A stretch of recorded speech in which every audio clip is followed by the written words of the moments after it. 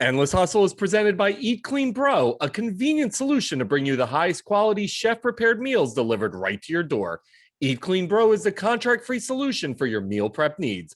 Made with all-natural ingredients and next-day delivery, every meal feels like you have someone cooking for you right at home. All right, we got a great day on the Endless Hustle. As I'm joined by, usually I have like some kind of cool intro, Lauren, but like for you, it's pretty much checking every box imaginable. YouTube star, TV host, podcast host.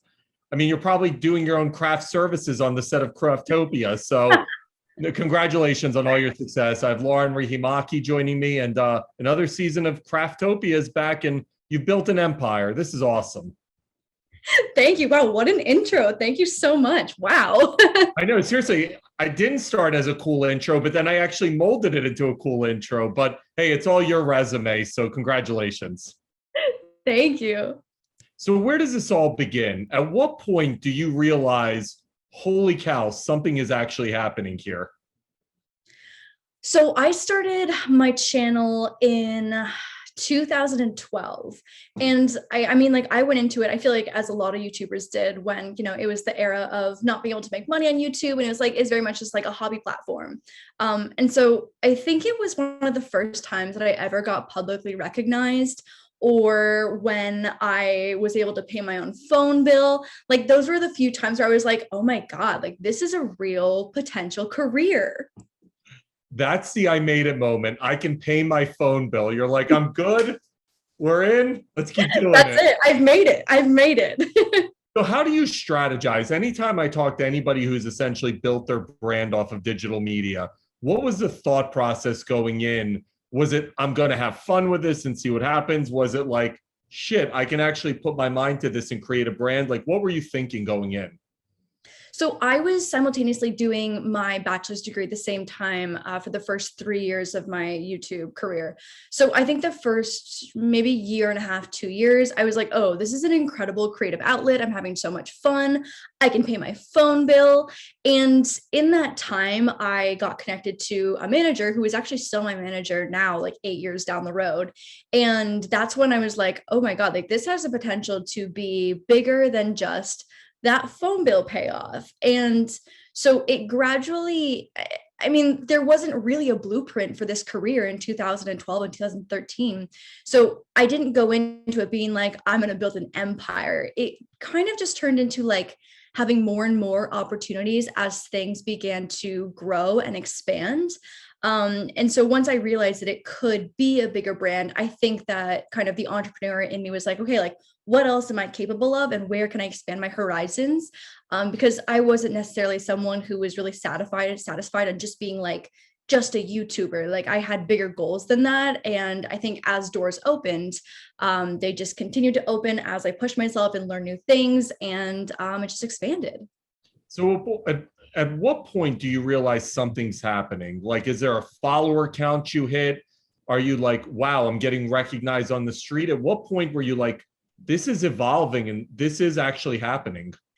I think one of the big moments, like obviously getting recognized the first time, like that's huge and a super weird feeling that you are not prepared for.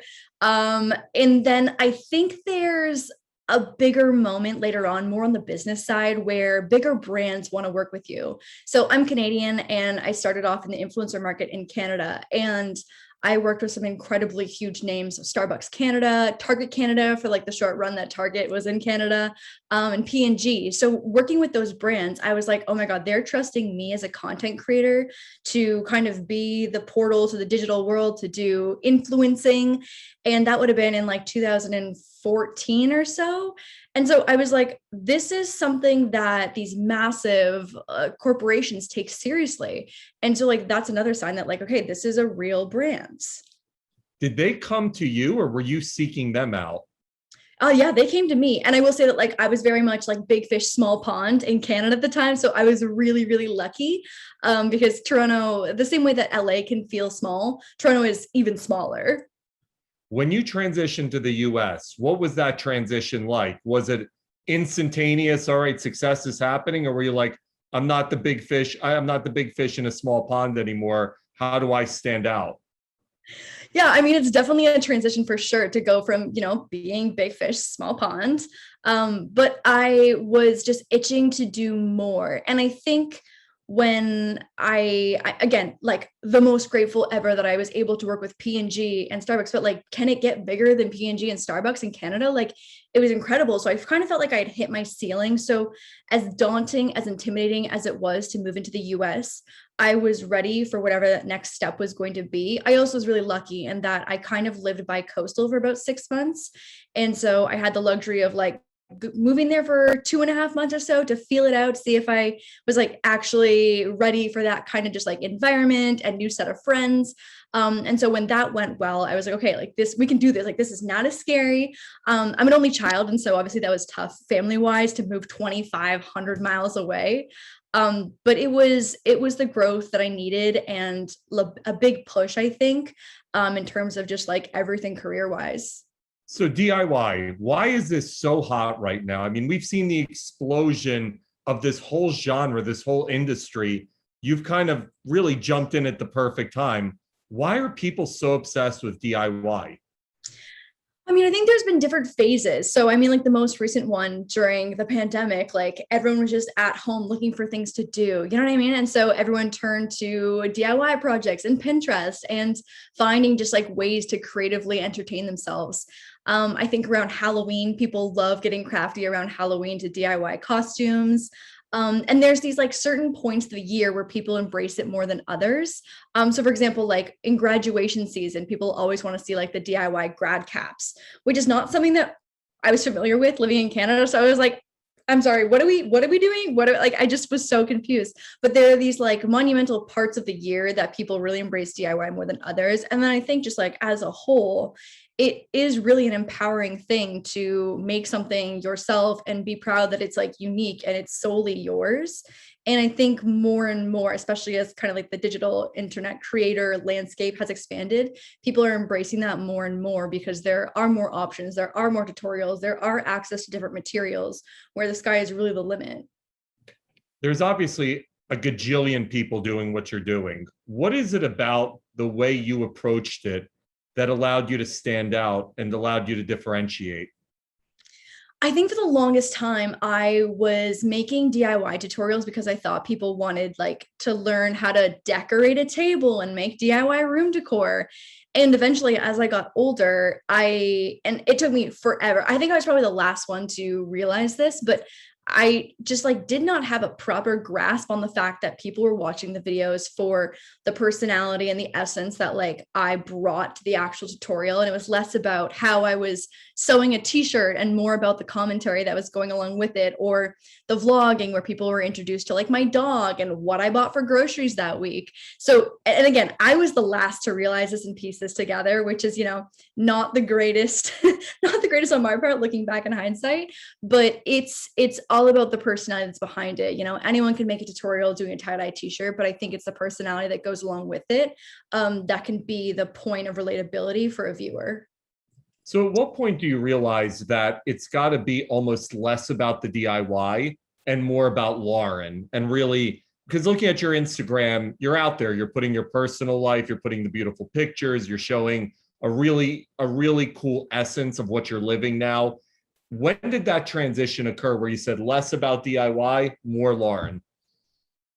You know what it was actually? It was a massive business flop, is that I did a licensing partnership of craft supplies, which I thought people were going to be so excited about. Like, I do DIY videos, like that only makes sense to have like a line of paint and jewelry and beading and stencils and paintbrushes. And then when it wasn't like the most massive flop, but when it wasn't like the grand slam that I think I expected it to be, that was like the major wake up call to be like, oh my God, like majority of people aren't even doing the DIYs. Like they're just watching because it's entertaining. And that's when I was like, oh my God. I was like, oh my God, like I've had my eyes shut to this for so many years.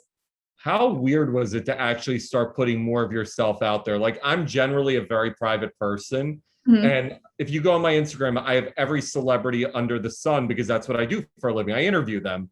But actually putting personal pictures of me is like the worst. How was it for you when you started transitioning where you're like, shit, this is so awkward? Like, can I just do DIY videos? Yeah, I mean, it's scary. It's very vulnerable to put yourself out there, right? Because people start seeing, your personal life, what you're watching, what you're eating, where you're going, where you're vacationing. So like, I totally understand the hesitancy to do it. I think that I started in a spot where I was always pretty open. So even though I was doing DIY tutorials at the beginning, I'd still have like friends and boyfriends, etc., in the videos, and I would still on my Instagram, actually, I've never really posted DIY content. My Instagram has, for the most part, been 99% just like lifestyle photos. So there wasn't necessarily a transition on a few of the platforms, but it's definitely daunting. It's you open yourself up to a lot of criticism, and that just comes with the territory of putting yourself online, and it can be really scary. There are some incredible filters on social media that are incredible tools that should be used to block out some of the offensive stuff that comes your way when you're a digital creator. How do you deal with that? And I know that you're very active in terms of creating philanthropic content and reasoning around mental health. And obviously, there is such an enormous conversation with mental health. We've seen everybody from Simone Biles to Naomi Osaka. We've seen it in sports in a way we've never really encountered it before. How do you deal with the haters? How do you process, wow, not everybody's going to love me?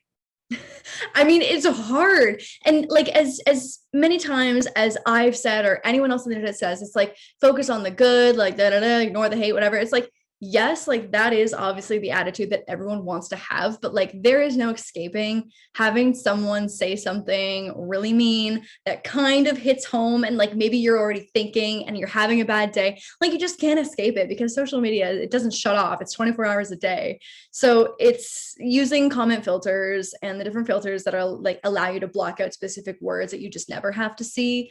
I think it's taking breaks and giving yourself, internet blackout periods where if you're having a bad day, like maybe now is not the time to take a deep dive into the meanest comments that you've ever seen about yourself, or like hop onto Reddit and see what people are saying. Like there are just times when you are not in the mental space to go looking for it, so you shouldn't.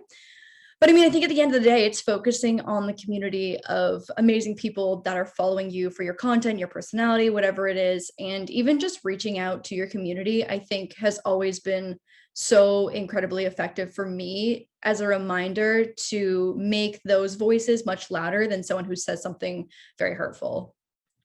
So as you're getting older, your audience is getting older with you. And as a 43-year-old man, when I look at where technology was even 10 years ago, it is like 10 universes away, right? Right. How do you continue to stay relevant with a younger audience as your audience ages with you? I mean, I think I struggled with that for a year, is that I had trouble growing up with my audience because I kind of got stuck in this routine where I was making content for so many years that was performing really well. And I was growing up, but my content wasn't. And so eventually, like, I figured out the transition. But overall, I think it's just the ability to reinvent yourself and to welcome change.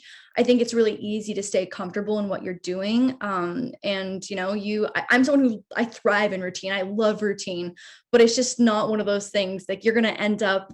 It's not, you got to push the boundaries sometimes of your content, got to try new things and allow yourself to fail at some things. And then hope it leads you down a path that allows you to reinvent yourself over and over and over again. You obviously talked about the failure of the business venture earlier, and you've just used the word failure again. And I'm a huge believer that as a successful entrepreneur, you have to go through failure in order to be successful. It's the struggles that help us become successful. Like I just recently had Damon John and Kevin O'Leary on here, and they talked about how much of their failures molded them more than their actual successes. How has failure played a role in your life? I mean, I think the example that we already spoke to is one of the biggest ones where it was just like the most eye-opening learning experience. And then I think learning from that too, it helped me to understand and be able to accept, quote unquote failure and whatever that might look like for an individual. So I think walking away from that experience and being like, oh, like that sucked and that like hurt my ego, but I learned so much from it. Like that kind of set the blueprint for the next time that did happen probably and will continue to happen at some point. It's just one of those things that comes along with, I think, one, reinventing yourself, like we just talked about, and taking risks and doing new things and being okay with it and walking away with just the learning elements of it and not so much the focus on like, that was a failure, like that hurt my feelings, like I don't like it, like fuck that sucked. Like it's the learning portion that is really, really valuable there and focusing on that. So how does a TV show come about? So truly, Craftopia is the most incredible thing that I have ever done. And I single-handedly have this role as host and executive producer because a 16-year-old daughter of one of the Warner execs pitched me for the show to be the host because she knew my content on YouTube. Like, it's so incredible. So I have this amazing girl named Grace to thank for that, because she is solely the reason why my name got thrown into the hat and I got chosen for this role. And so for Craftopia specifically, they had a half-baked show that they had in mind, and they had the concept kind of planned out. And I got to come in while things were still kind of in the works and help, nail down what the challenges are going to look like, what the set was going to look like, what the judges and how they were going to contribute. And so it was an incredible process, and I learned so much because coming from digital and going over to more the traditional side, things are just done differently. Yeah, I was going to ask you, because as someone who lives on both sides of the fence, two different worlds. Two different worlds. When you end up on TV, what was like the culture shock that occurred? I mean, the biggest one is not having control of the edits. So being a YouTuber and in digital, like, one, I can produce a video in one day. I can turn things around really, really quickly. And I might record on 2 cameras and have audio separate, but like we would roll for 16 hours on 10 cameras. And then the edit goes into the edit bay for like 6 months. Like, it's just an entirely different beast. And so not having the ability to, command B on my Final Cut or whatever, it's a big adjustment to let go of that creative control. And obviously I'm still able to have some input as executive producer, but not to the same extent as owning your own YouTube channel and being your own content creator. So I think it was learning experience and so incredible. And then also too, just like in the way that you reach a new audience, people are fans of, the show, and they're fans of the culture that you've created with the show. And so a lot of fans obviously who watch the show knew me from YouTube as well, but you're also reaching a new audience that's just excited about the concept of the show. So how self-conscious were you? Now, like, you're carrying a show, you're on HBO Max, which is like their big streaming rollout. How nervous were you? Oh my God, so nervous. I mean, it's one of those things where it's like, it could be like the best moment of your career or the floppiest moment of your career, and you have no idea. And again, like, we got so lucky and we had the most incredible, it was received so well. HBO Max was so invested in the concept and they loved it. And I think we're also really lucky in that we are creating a show that's not in a genre that's so oversaturated. Like, I think to a lot of challenge shows, and there's so many things around like cooking and baking and like house renovations. And so we're more of like a crafting niche that obviously there's Nailed It, but there's not a whole section for like crafting challenges. So I think which is really nice. So we're more of a unique format. You get renewed for season 2. Now you're going to have adults playing the games with you, which is awesome. I can't actually, I'd never watched the show, and then I knew our interview was coming up. So I found a little time this weekend in between drinking and partying to watch episodes. And I was like, oh my God, this is absolutely hilarious with the kids. And I put my producer hat on. I'm like, this is going to be 10 times more fun watching adults try to do this. You have no idea. Oh my God, I've never been so excited for like a transition of content. The kids were incredible and they're so cute, and their charm is just so real because like these kids are incredibly talented. But you can't be mean to a kid after they've poured their heart and soul into a craft for 2 hours. With an adult, who does the prosthetics on Walking Dead, like someone who is the most insane at their industry and the mastery of their art, like, the competition is just different. Like, the adults, get into like little spats with each other. The judges can be a little more sassy. The environment and the energy, we just get to be a little more edgy. And I think the comedy as well gets to be a little more aged up, which I think is, fitting for HBO Max as a platform as well. And it's going to be really good. The projects are bigger, you can have power tools now. So everything is just more grown. Yeah, like with the little kids, it's like they create some kind of like piece of shit, and you've got to be like, "That's really nice, I little dog." know, I Or the adult, know. you're like, "No, that's really a piece of They're shit." like, that's a piece of shit. I'm so sorry. And I know it's a piece of shit. You know it's a piece of shit. And we're going to acknowledge that it's a piece of shit. So here's $1 million question: do you call in any favors with the HBO family to go meet Kate Winslet or the Succession cast? Like, are you like, hey, can I get to the Emmy party? Like, I would literally be on the phone with all the Warner execs and be like, where is the Emmy party? Wait, I'm not invited? Still showing up. See you there. I haven't yet, but this is a great idea that I will absolutely keep in my back pocket for next time there's an HBO related event. See, that's why you have the multi-million-dollar licensing empire, because I would literally be showing up, like having the bouncers carry me up, and like, get me to the Succession cast. No. I actually wanted to talk to you about the licensing, because we're in like uncharted territory. It used to be, again, the old man in me can remember this, where you had certain celebrities who would give their name to licensing, but it was few and far between. Then all of a sudden you started to see this evolution, whether it was Jessica Alba or Paltrow with Goop. And all of a sudden celebrities realized I can be more than just an actor. I can be more than just a musician. I can build entrepreneurial ventures and put my name behind it. Mm-hmm. When you get involved in those types of licensing ventures, how do you approach that after you put your business cap on to make sure the deals are exactly the way you want them to be? I mean, licensing was one of those things that I kind of ventured in as a new, venture, to be honest, is that I didn't quite know how the business structure would work. So going into it, I think I learned a lot and understood the goals of to be completely frank, like the licensing play didn't end up being the best fit for me. So I learned so much. I had some incredible partnerships that did really well, aside from the craft situation. Again, it was fine, but it wasn't the grand slam that we hoped it was. But I realized that the goals of licensing versus the goals of a digital creator sometimes weren't always aligned.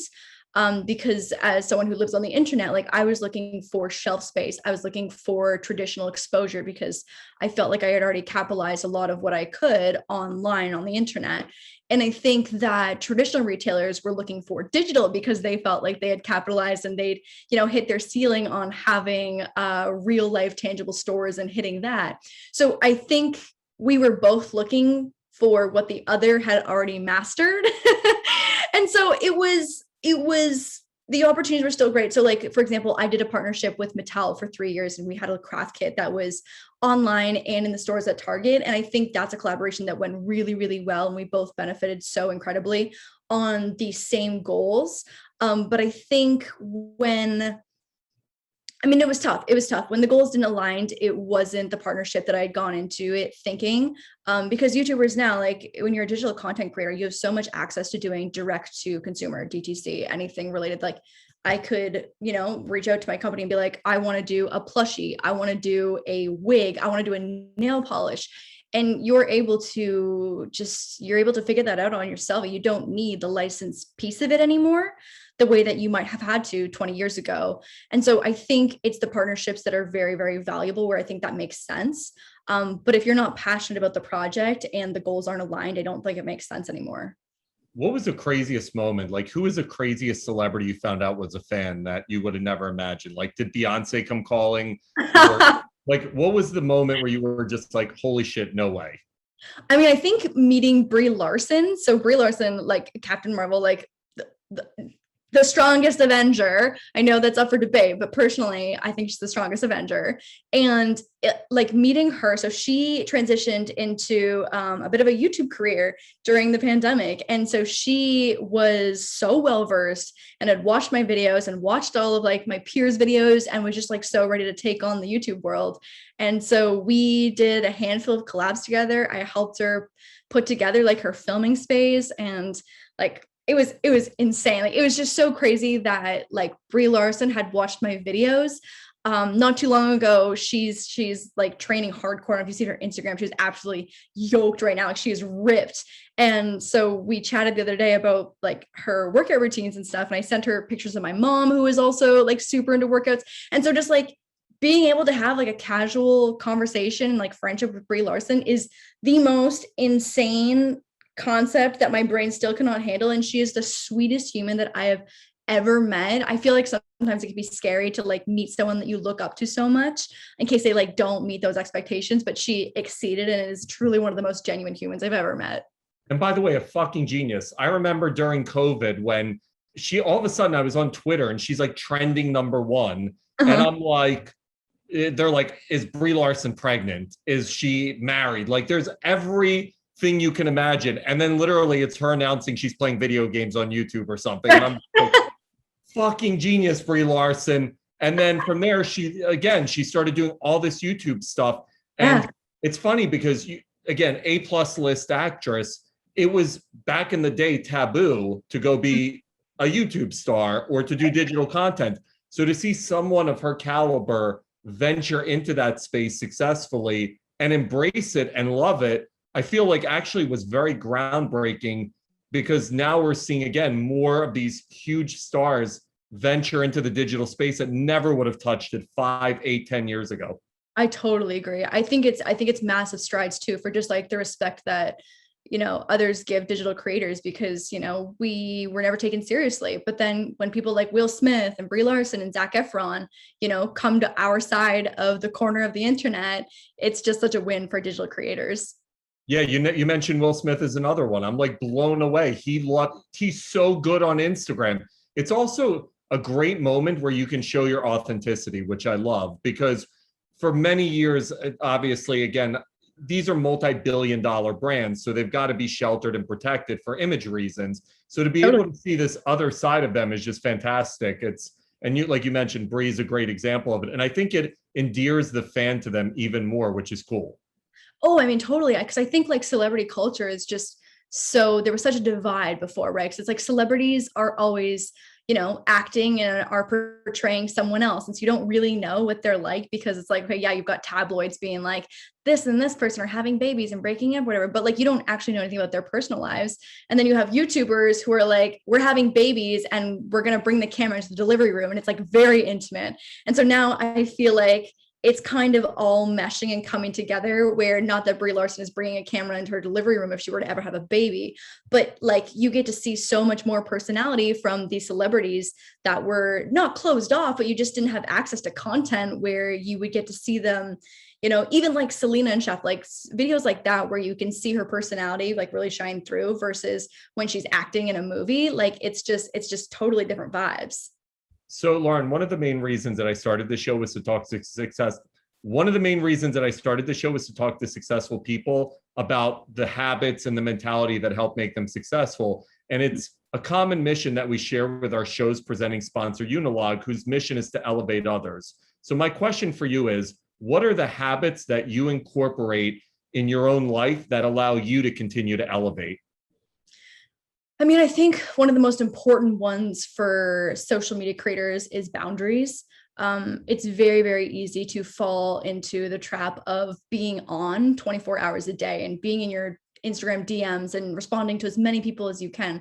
Like it can be addicting, especially with like the age of how popular streaming has gotten to literally like log an insane amount of hours to be literally online. I think creating boundaries is one of the most important ways to stay sane and also have a healthy relationship and be able to elevate your content and hold yourself to a standard of survival, because it's so easy to kind of give into that 24 hours a day mindset. All right, so you've created this incredible podcast, which has become a behemoth. How does that begin for you? How do you build a listenership? What's the process? I think I got really lucky in that I already have like this audience. I think starting a podcast, especially now, you know, like there's just so many podcasts and it's very saturated. And so we got in at a great time, just over a year ago, I think.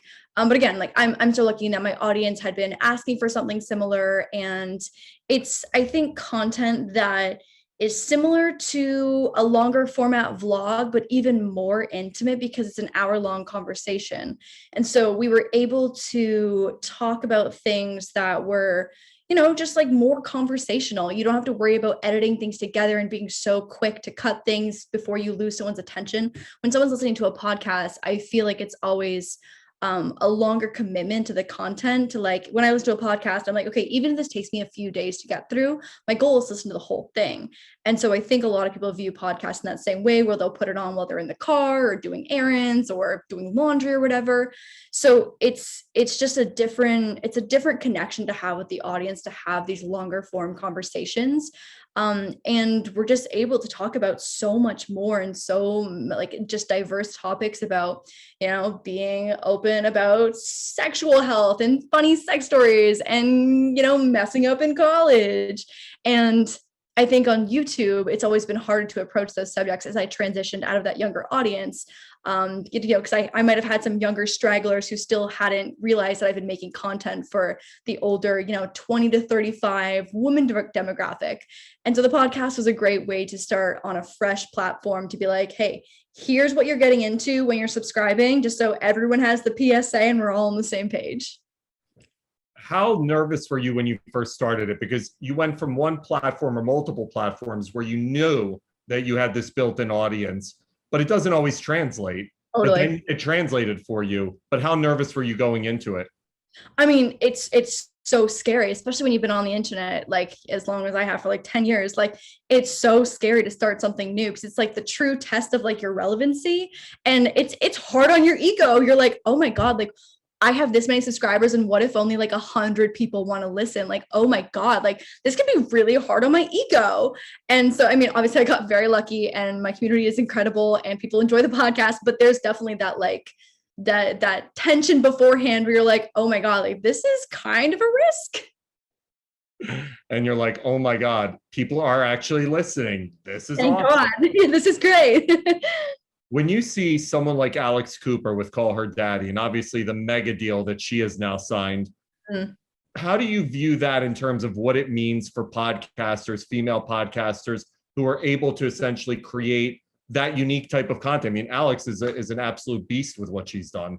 I mean, I think it's iconic. I think not only just being a female-led podcast, but it's I don't know, honestly, it's just such a girl boss moment to be one of the most massive headline news breaking deals. Like, that's just so incredible. I think it sets the precedent and, gives goals for other podcasts that are similar, and even for ones that aren't in the same category. It's just like something that is, that's the blueprint now, and that's like what everyone wants to be. And you're like, okay, well, if she can do it, like that's incredible. Like, she girl bossed her way through that. Like, the ability to do that is potentially there for any podcaster. Lauren, you're awesome. Season 2 of Craftopia, October 7th on HBO Max. Go put those adults through the ringer. Have fun with them. And tell them some of it's shit. Be like, it is real. No, I'm obviously kidding. You do a great job. You actually, by the way, from one host to the other, you actually have done a great job. I was watching a few couple episodes of the first season. I'm like, you're a natural. So you're a superstar. Oh, thank you so much. Thank you. You're awesome. Thanks so much, Lauren. Awesome. Thanks for having me. Take care.